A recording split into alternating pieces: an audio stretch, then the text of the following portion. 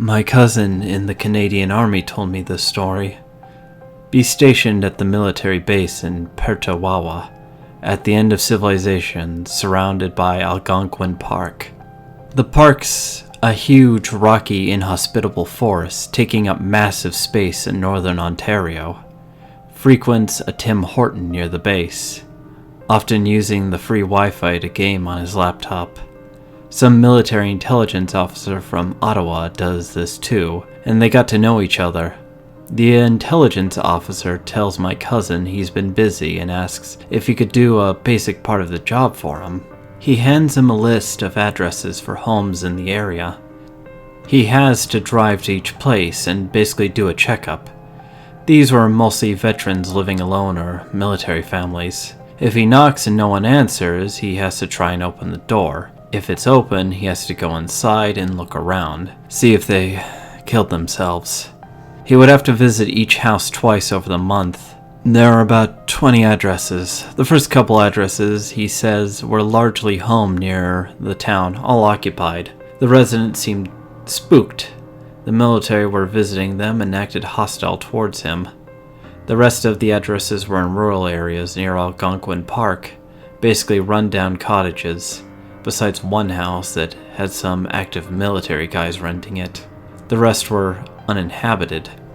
The last place on list was actually inside Algonquin Park, and although he could reach them by car, they were basically abandoned cabins that seemed to be left for hikers. He looked around to see if anyone was using it, but found nothing, except for a security camera centered on the front door. A week later, he would do the checks again and notice something strange. Each house actually had security cameras, very obviously set up on the front yards of the houses. When he got to the cottages, this time the military guys were gone, but he noticed again a security camera on the site. While driving into Algonquin Park, he says he felt like he was being watched, but got the checks done. He then sent the list to the officer and never hears back from him. Curious, he asks one of the locals at the base about this. Local tells him there are uncontacted tribes deep in the forest who are known to kidnap old people from their cottages. Says the Chalk River and nuclear disaster in the 50s had an effect on them, and ever since the military has been trying to contain them. Says he saw them before while on his ruck marches and described them as a very dark looking, like an Aboriginal Australian, but tall and skinny with long arms and hair. A couple months later, my cousin spots one of the guys who was renting the cottage. He says that it was actually the same day he visited that one of his friends noticed something standing tall near the trees in their backyard, directly connected to the park. And when they looked at where it was standing, a day later saw missing branches and a very large hole leading to the cottage. This was about the same time someone went missing and was found in the river. Posted this one in a creepy thread ages ago. Stories from an ex-military guy I knew from the pub. Pilot flying up in the Northern Territory. Radio into the airstrip. He knows the couple that run it. Says he'll be there in 4 hours. Will radio when he's near the airstrip. Gets close to airstrip, radios the couple in. No reply. Circles and tries again, still no reply. Goes to airstrip on the next town over. Tells the lady working there the couple never picked up their radio. They call the police. Police come around to them. They all travel to the airstrip the couple owned. Get there about 2 or 3 a.m. The lights in the house are off, but the spotlights are on. Some were shining off into the hill. They walk around the side of the house where the dogs are kept. 2 things they notice right away. The dogs are dead, but there was no sign of physical harm on them. They all had looks of terror on their face. It appears they were literally scared to death. Second thing was the side of the house was riddled with bullet holes, but they were firing from the inside out. They go into the house to find the couple dead on the ground, with the man's AR-15 in his hand. They had a look of fear and shock on their faces, same as the dogs, and they were said to have died the same way. as the dogs. Police radio it in. At dawn, most of the other police and paramedics get there, and so do some lads from the Air Force. They saw them talking to the police, then came over to the locals and told them to fuck off out of here and don't tell anyone what they saw or may have heard. The guy who told the lad from the pub I go to was in the USAF and was involved with the Project Blue Book and other UFO-related business. He told him strange lights and other strange events had went down in the area the night of the incident. Hiking in the Smoky Mountains. Slept in one day, decided to hike at night to make up time. Check my trail guidebook. The next mountain I start ascending is a Cherokee holy site. The further I go up the mountains, a feeling of existential sorrow and dread compound over me. Towards the top, the sense of being watched and followed and being in a place I shouldn't be is overwhelming. I reach the top, I can't stand it anymore. I stop to take a break and shine my flashlight around. Suddenly, realize without the sound of me walking, it's dead quiet, whereas before I heard all sorts of bugs and critters. Hear a high-pitched whimpering. Shine my light towards it. There's a small childlike figure kneeling in the woods. It looks up. It has the face of a bird. I take off running down the peak, hearing the whimpering all the way down. Get to the bottom, don't hear sound anymore. Never go walking in the woods at night again. Creepy road experiences. Be me tonight, sitting in passenger seat of a car with some friends driving on the way back from a road trip. Be on freeway passing a college town in the desolate foothills of southeastern Idaho. About midnight and most of them are asleep. Be staring out the window and listening to music. Getting mighty sleepy. Notice something on the side of the other lane that seems off. On side of the road there's a sharp hill with a street lamp. Sees a black cloaked figure right there, facing away from the road and towards a small silo on the top of the hill. Sit up straight in my seat suddenly and watches it before it passes. The figure is just standing there. The street lamp is casting the figure's shadow against the grass on the hill. It is definitely a person. Street lamp above is bright enough to show the drapiness of its clothes. Drapiness is a word. It seems to have a black cloak or veil draped over its head that reaches all the way down to the ground. The person has their back turned and doesn't move at all. Only get to see it for a few seconds before our car passes it. What the fuck was that person doing? Wide awake and spooked the rest of the ride home. I doubt it was a statue or a leftover Halloween decoration, because it was such an unappealing and odd position to put one. Cult member? Ghost? Alright, so I was at a Rally for Life event. My mom is on the planning team and she called me over to help her. And we had been completely washed out by a bunch of sudden rain.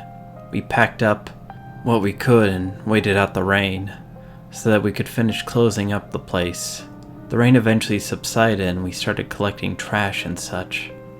I took one of the golf carts to drive a load of trash to the dumpster back behind some buildings. I threw everything away, but just before I got back into the golf cart, I felt a very, very powerful presence. I turned around and saw whatever the fuck it was. I'm not even sure what to call it. It was human-shaped, but with pointed arms and legs and jet black skin.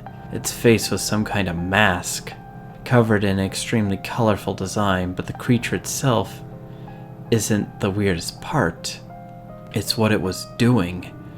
It had its hands point on the ground, and it was literally sucking the color out of the area around it. The orange from the light seeping up its arms. It looked up and saw me, then turned and jumped off into the night, vanishing around the corner. I was too shocked to follow it, and no one else was there to see it. Any idea what it was? Not my story. Something a Native American guy posted a while ago. It's some of the creepiest shit I've ever heard. My dad picks me up from school in his pickup truck after he got off work one winter's night. We were driving on a long stretch of road that goes through the woods. It's pitch black outside. The truck radio didn't work, so I was just sitting, staring straight out at the road, getting hypnotized by the passing trees. Suddenly started to get an intense sensation that something is watching me through the window to my right. I started to turn my head to see what it was when my dad yells, "Don't look!" Immediately start to hear tapping on the window right next to my face. Heart stops. Only time I ever saw fear on my dad's face. He started to pray loudly in Navajo. Stare straight ahead, heart pounding, not daring to look out the window. Suddenly the truck dips as the weight falls onto the bed.